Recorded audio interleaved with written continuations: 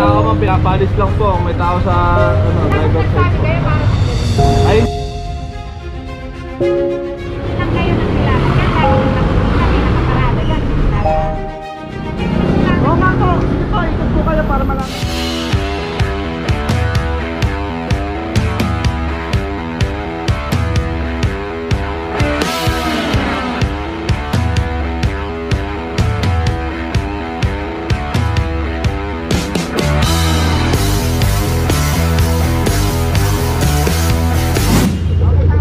Ay mga pangalawang operation po natin ngayon, Fugoso Street.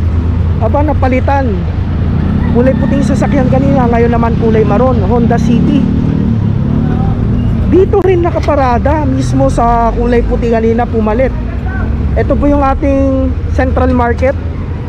May sasakyan po doon nauna, kaso may driver. Maliban lang po dito. Clamp number 146. Harap at likod po unattended at illegally parked po sa kalsada. Double check mo natin yung pagkakakabit ng clamp. Ayan, goma po yung nakadikit sa mugs. Sa gitna, mugs din po dito sa bilog. Ayan, goma yung nakadikit. Correction. 9:44 po ng umaga.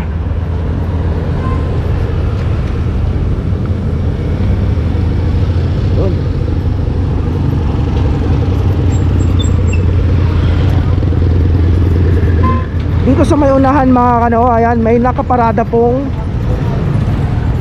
sasakyan. Ano to? Fiber. Naku po, may signage po tayo doon, no parking. Clamp number 144.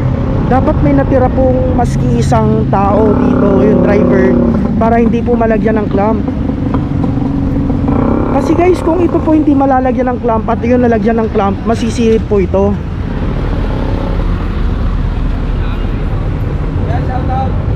Shoutout kay kuya.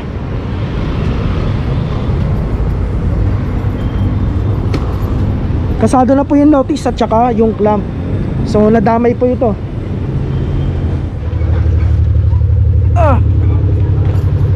P. Margal, corner po ng Vicente Cruz Street.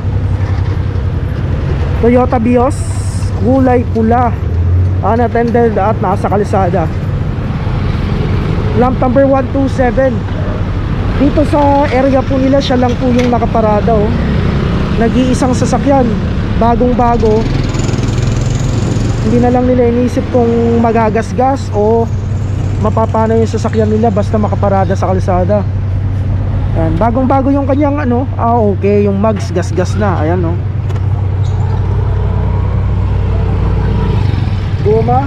Goma rin po yung nakadikit. Oras po natin, alas 9:57 na po ng umaga.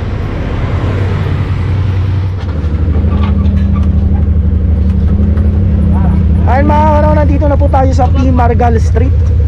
Ayun po, may isang Honda po. At ito yung pangalawa, may tao po itong sasakyan na nasa ano, hindi lang makalis kasi may kariton po doon. Toyota.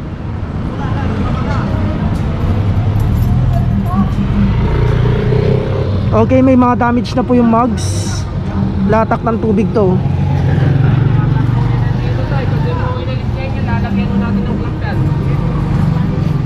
Ito, pakasya po para ano.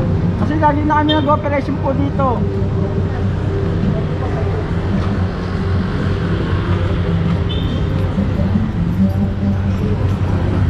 So ito lang po yung malalagyan ng clamp. Guys, ulitin ko po, ulitin po natin. P. Margal, corner po ng Craig. Ayan po, secondary road. Secondary road po yan. Sa Craig, pwede po silang pumarada. Pero pag dito po sa P. Margal Street, diretso po yan, isang hilera, bawal pong pumarada. Clamp number 102. Okay, ayun na po yung notice. May tao po ito, may tao rin po yung isa. Ganap na oras po natin mga kanao, alas 10:01 na po. P. Margal, corner po tayo ng Maceda Street. Toyota Hilux, bangketa po yung pinaradahan. Clamp number 123. Saan ma'am? Mga nasa labas ka. Ay, nakakalap na rin doon mga nilolo ako. po tayo magturuan yung sarili po natin ng ano natin. Sabi Trabaho doon po eh, tayo. hindi naman. Ayan po, nakaklap na po ma'am. Tingnan niyo po doon. Lagi yung dinadaanan lang sila. Opo, ang may tao ma'am, pinapalis lang po. Ang may tao sa ano, driver side Sabi po. kayo parang ganun. Ay hindi po. Wala na po kami trabaho ma'am. Kung tatawagin po namin kayo. Okay, nabara rin po, ganun po, nasa bangketa mga kano. May-ari niyan ma'am. Nagtitigil lang kayo ng sila. Kaya sabi ko kami nakaparada yan, hindi dinadaanan. Ay hindi po. Araw na dito kami. Opo, tagalito ang kayo po eh.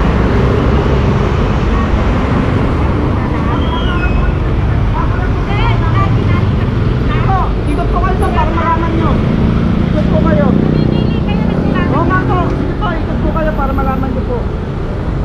Hindi namimili. Sige po, ikot po kayo. Nakikipagtalo po si ate. Kasi nakapunta sa sasakyan niya.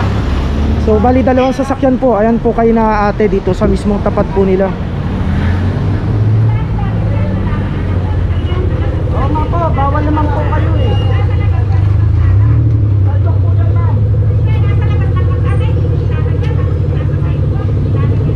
Ma'am, punta kayo sa opisina ma'am.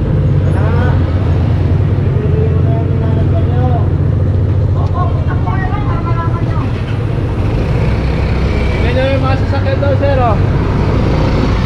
Yeah,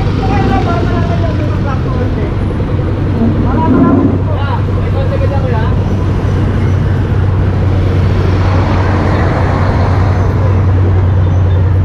Nakikipagtalo po sila. Puntahan nyo sa impounding na lang ma'am. Puntahan nyo po sa impounding. Sa opisina